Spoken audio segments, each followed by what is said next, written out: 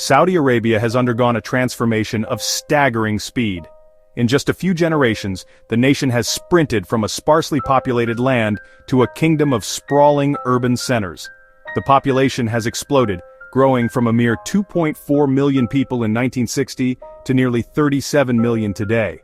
This represents a 15-fold increase in just over 65 years. Such rapid growth places immense pressure on any nation's ability to plan and build its cities thoughtfully. The challenge is not just to house more people, but to create communities that are livable, sustainable, and humane. It is a test that requires foresight and a deep understanding of how cities truly function for the people who inhabit them.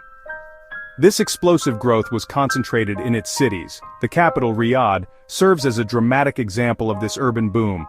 In the 1950s, it was a modest town of about 110,000 residents. Today, it is a bustling metropolis home to over 6 million people. This is a 62-fold increase in population. This did not happen gradually. It happened in a sudden rush, fueled by oil wealth and a desire to modernize at a breakneck pace. Unfortunately, this haste led to the adoption of planning models that were not suited to the local climate, culture, or long-term sustainability. The result is a collection of cities that look modern from a distance but reveal deep-seated problems upon closer inspection. The core issue is that this rapid urbanization was not organic. It was a top-down imposition of ideas imported from elsewhere. Instead of learning from centuries of traditional Arabian architecture which had developed clever ways to cope with the harsh desert environment, planners looked to the West. Specifically, they looked to the post-war American model of urban development. This model prioritizes the automobile above all else. This choice, made decades ago, has set in motion a series of consequences that the nation is still grappling with today. It has shaped not only the physical layout of the cities, but also the health and daily lives of the citizens who live within them. We must examine the outcomes of these planning decisions. This is not simply an academic exercise, it is a critical look at how choices about concrete, asphalt, and zoning affect human beings. The story of Saudi Arabia's cities is a cautionary tale about the dangers of rapid, poorly considered development. It reveals how neglecting the fundamental needs of people, for walkable streets, for community spaces, for a connection to their environment, can lead to profound social and ecological crises. From traffic-choked highways to a looming water shortage, the consequences are now impossible to ignore and demand urgent attention. The blueprint for modern Saudi cities was borrowed directly from mid-20th century America. It is a design philosophy that worships the automobile. Planners laid out vast, sprawling grids connected by massive, multi-lane highways.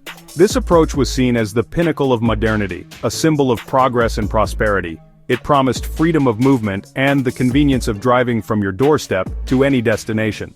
The car was not just a mode of transportation, it was the organizing principle for the entire urban fabric. Neighborhoods were designed as isolated pods, accessible only by vehicle, with little to no thought given to how one might travel between them on foot. This car-centric design inevitably led to immense urban sprawl. Cities expanded outwards, consuming vast tracts of the desert landscape. Single-family homes with private yards, another American import, became the standard for residential areas.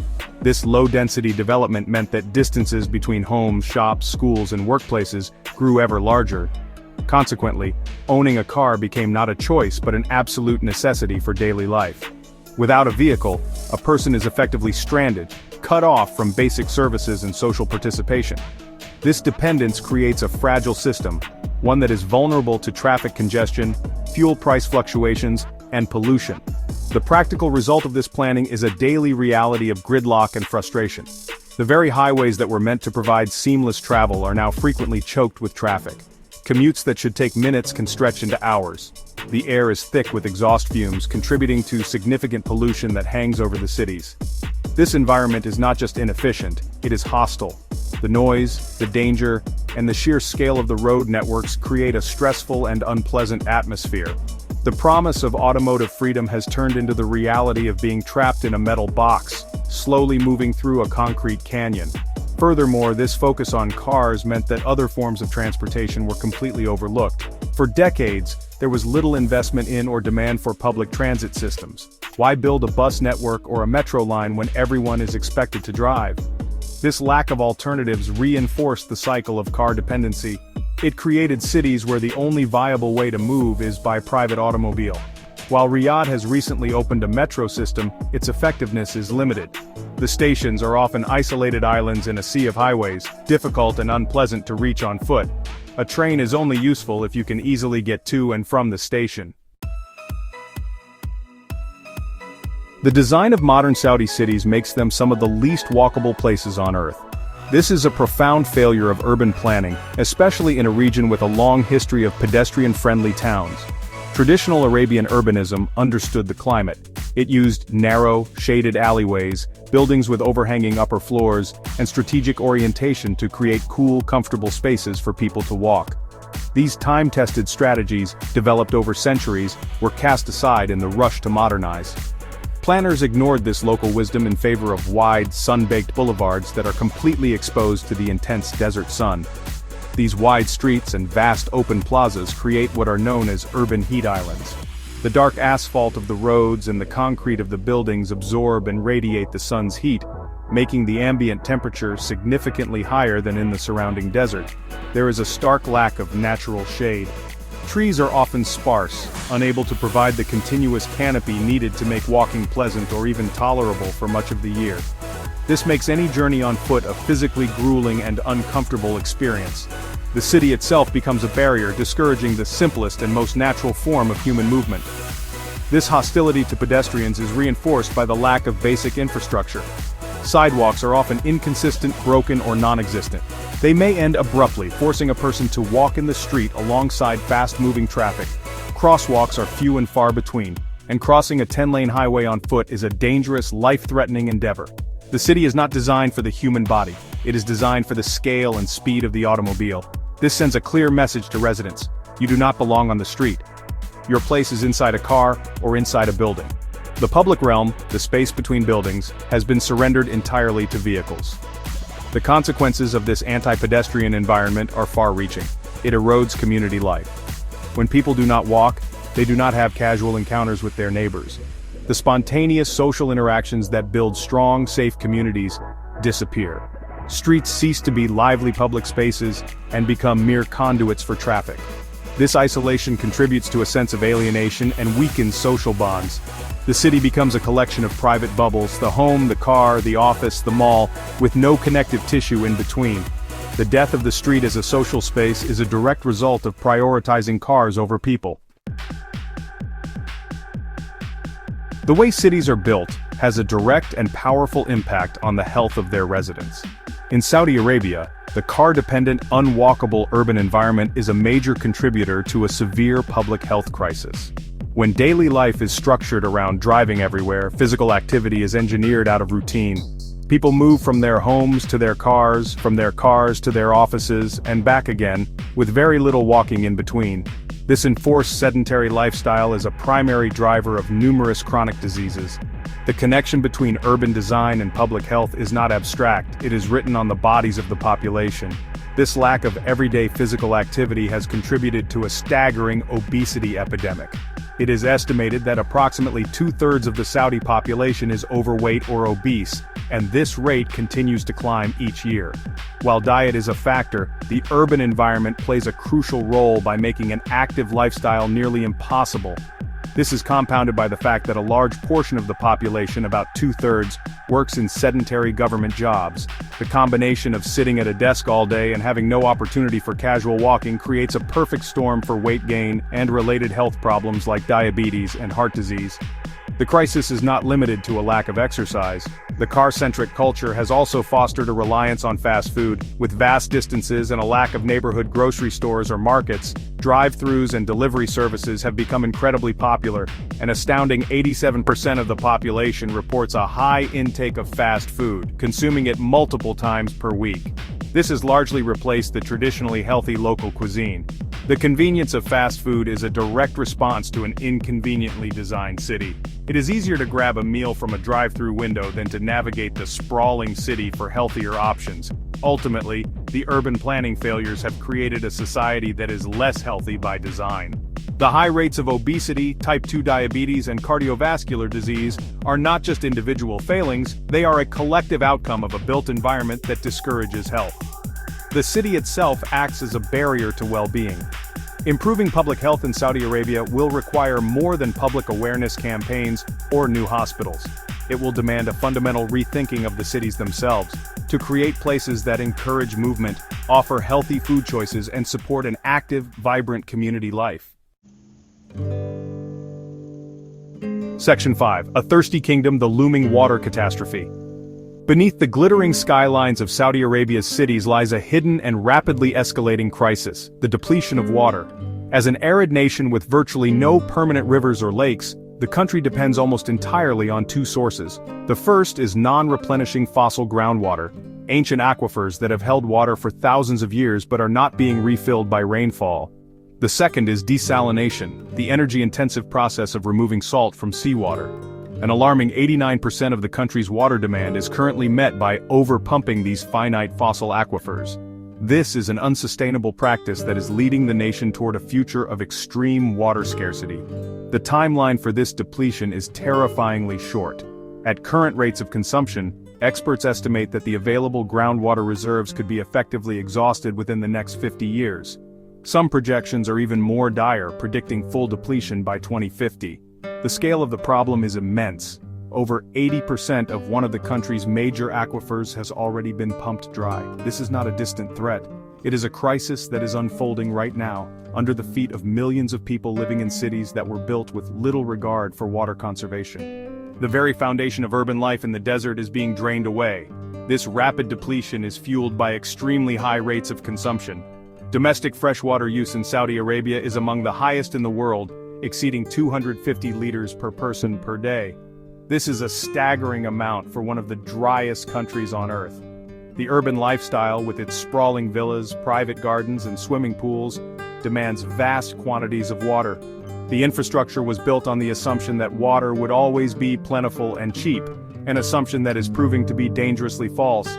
The government heavily subsidizes the cost of water, which masks its true scarcity and discourages conservation among the populace.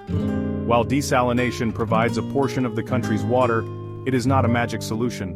The process is incredibly expensive and energy-intensive, primarily fueled by the very oil the country seeks to diversify away from. Desalinated water is estimated to be about 4 times more expensive to produce than pumping groundwater.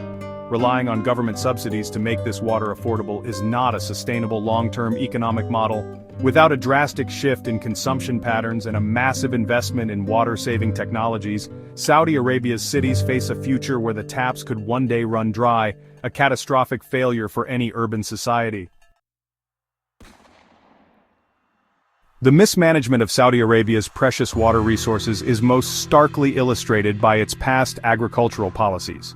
For a period, in a quest for food self-sufficiency, the nation embarked on an ambitious and ultimately disastrous project to become a major wheat exporter.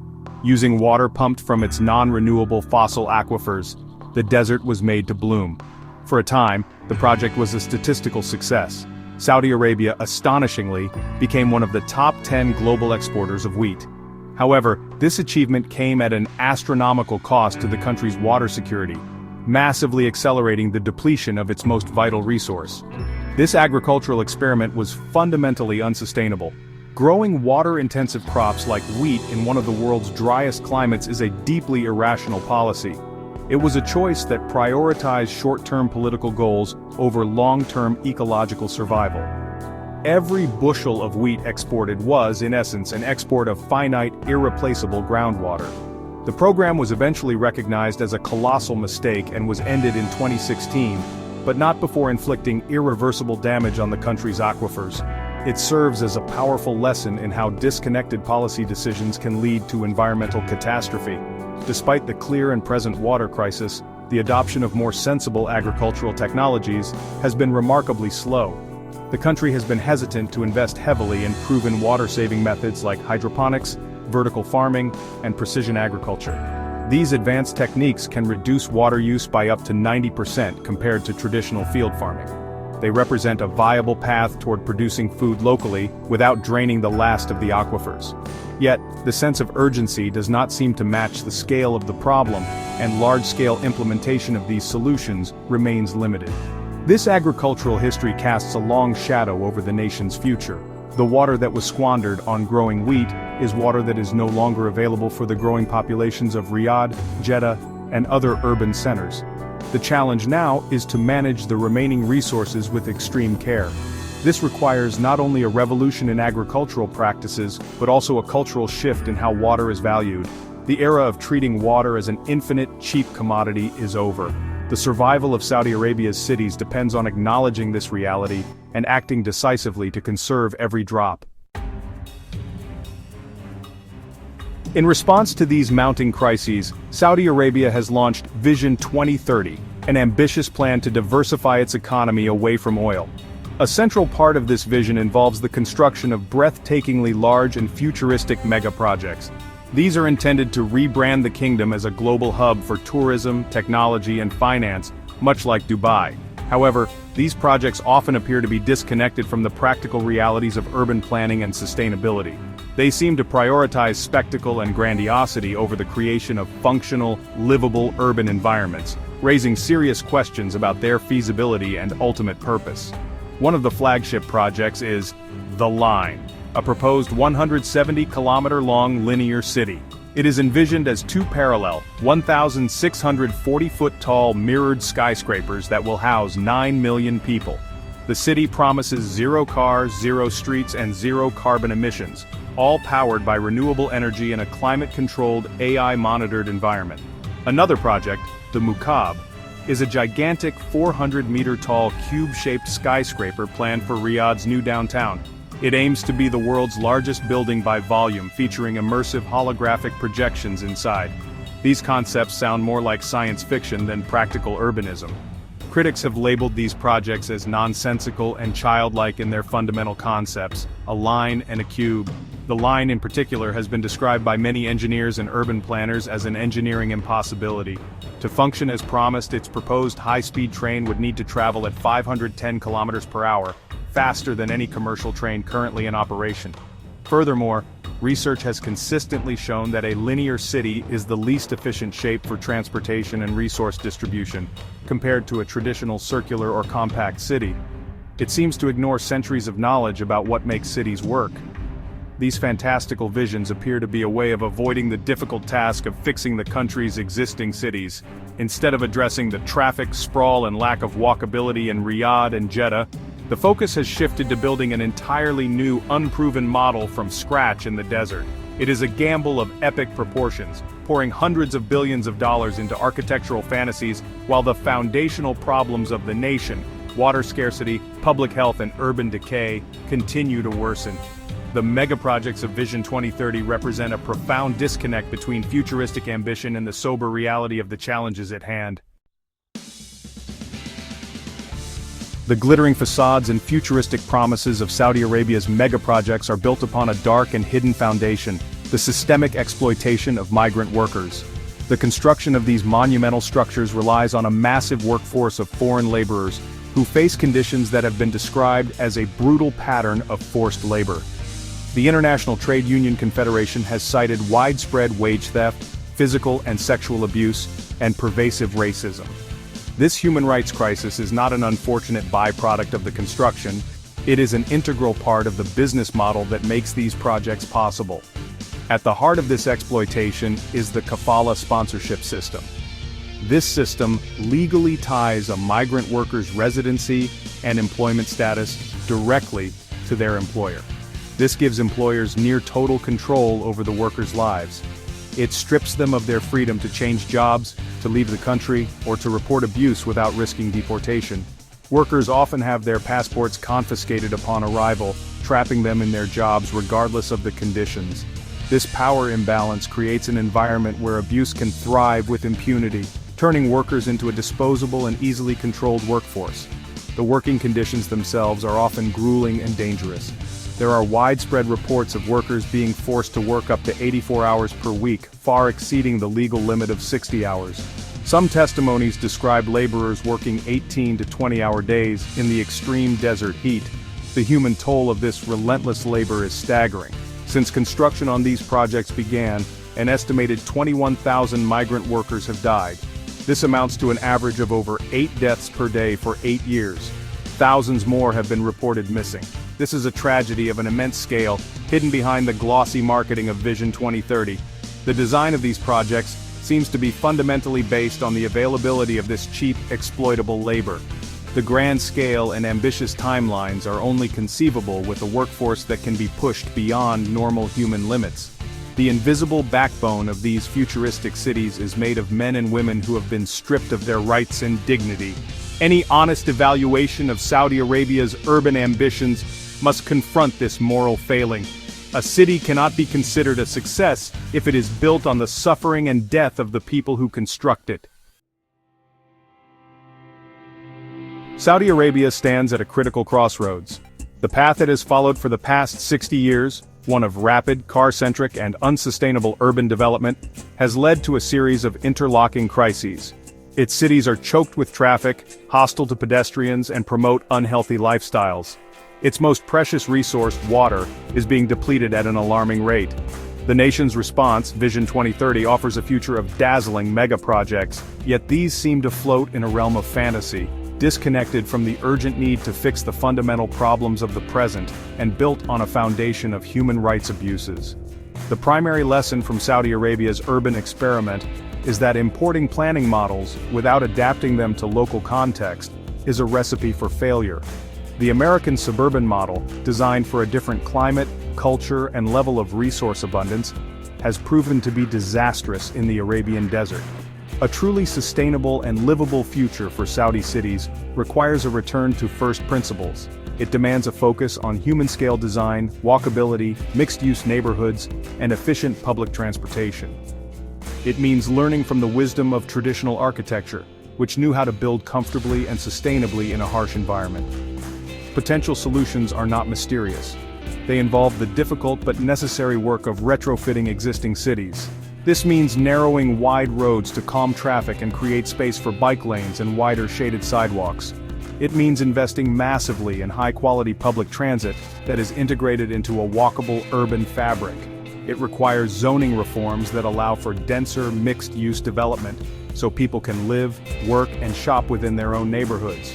It also demands a radical new approach to water conservation in every aspect of urban life, from homes to public parks to industry.